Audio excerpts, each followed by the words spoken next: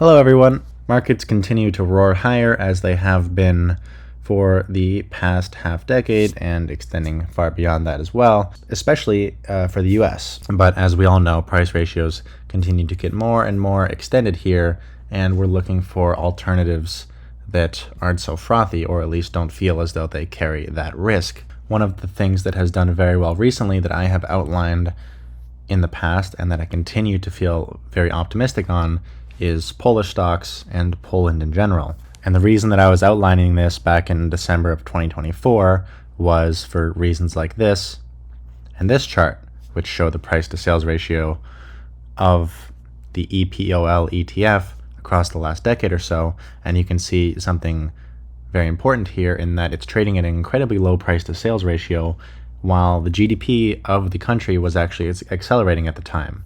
Since then, in late 2024, it's now up over 50%, outperforming most global markets. And there's a couple other countries that fit this description now who look a bit like Poland did back then that I'm going to show you. But another thing to keep in mind is that this could very easily just be the beginning for Poland itself. And for the most part, when these things start to happen, they can ignite 20 or so year bull runs that you're sort of just in the first inning of, considering how long most of these have done nothing. For instance, the WIG20 index of Poland is flat since the 1990s and the great financial crisis still. And if something is to improve here across that stance, there's a potential that, hey, we're entering a new bull market here. It's going to go up for a long time now, even though it hasn't for a long time prior, especially considering we're coming out of an area of very low multiples. So if we get growth on top of that, there's a lot of fire to fuel for potentially a very long time. And it really is just for rationale similar to this and a couple of other overview reasons in that, as I say here, if artificial intelligence is to improve margins in companies and countries that haven't experienced it for a while, countries that are trading at very low price to earnings ratios and especially very low price to sales ratios, who are also seeing GDP growth, have, in my opinion, a lot of upside that you're not giving them credit for because you're sort of not choosing to look that far out in the future for what they will eventually be able to accomplish with technological improvements and their economies expanding in general. And about a week ago, one of the countries that I said perhaps could do this, though it's a bit of a longer shot in my opinion, is Turkish stocks. Now, obviously, they face a lot of other headwinds to their markets and their country that Poland doesn't.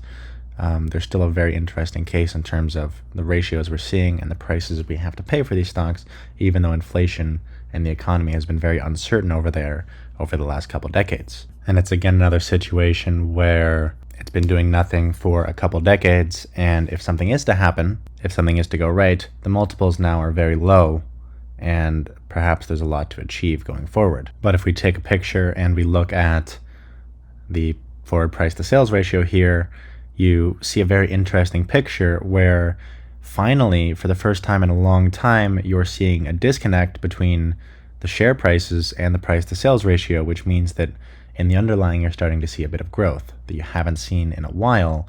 And despite that, we haven't priced in an expectation of further growth. So we're sort of in this Goldilocks zone where you've sort of seen the potential of a shift, yet you haven't seen it being priced to continue yet. So the chance of it happening is perhaps improved, but you're not paying as much for that yet.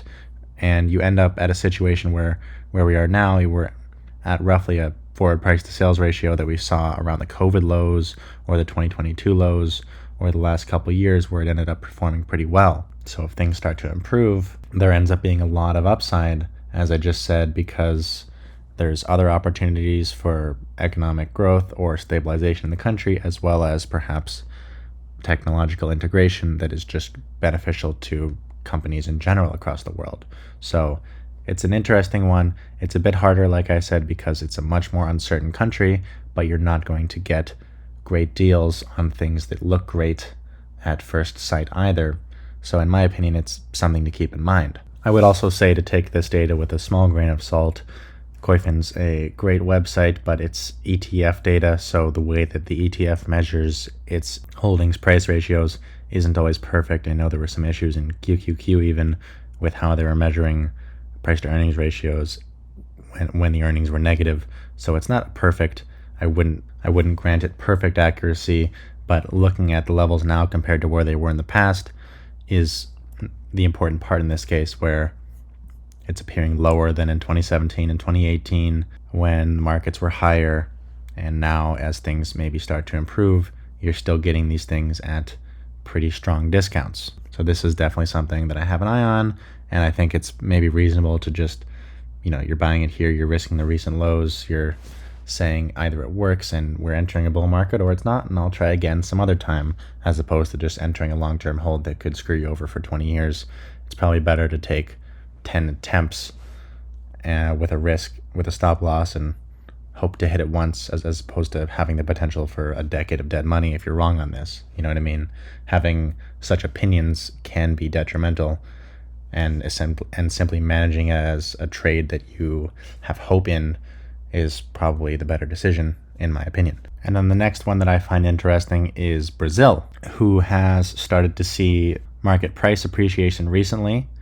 However, the price to sales ratio still appears low, and in fact around the COVID lows again, where you have that potential of a lot of upside. The downside risk is somewhat minimal considering the price you're paying, and if things are to improve, either via economic policy in the country improving or AI integration, you are getting it at a discount and a price that allows for an extraordinary amount of upside if either of those things are to come true, which I find very interesting again.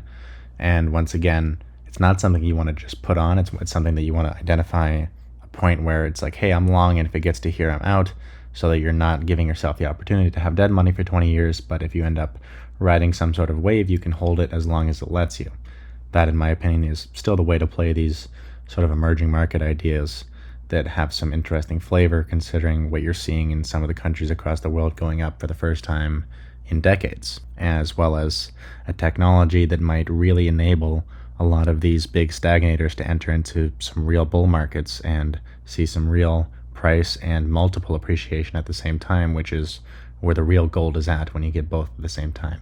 And it's not just these two, there's a lot of things to look for. Another one I actually like is Singapore. Even though it's on all-time highs, you're finally seeing a lot more growth in what, in my opinion, is a phenomenal country. And if you just have smart people, AI integration, a lot of these things really can enter into some strong bull markets over the next couple decades that haven't seen much price appreciation in a long time. If they're in the first inning here, there is a ton of upside. So it's just finding which countries are starting to see that and, forming your own opinions on that stuff, but also looking for which ones are discounted, which ones are perhaps getting priced incorrectly as they fail to accept what could be a new regime in all markets. So it's certainly just something to pay attention to. And obviously, there's going to be some good shorts coming out of this too for countries that aren't able to create any growth who have been priced for it. But in general, the real money, of course, always comes from buying because of how the world works and the fact that everyone's printing money. And actually, before I end this, I would like to go back a bit. Just to point out another thing for some of these ETFs and these countries, which in this case is the TUR ETF, who has seen continued assets under management decline over the past 10 years. Even in the recent situation where price has stagnated, people have continued to sell this product. So you can just see that there's a continued lack of belief in it, despite there being signs of life, which is part of the reason that the ratios are getting to be so encouraging. And you can see a similar-ish story in the Brazilian stocks. However, the assets under management has picked up a bit recently. They're still around the levels last seen, or that were seen at the COVID lows, which I continue to think is an additional somewhat encouraging feature to these ideas.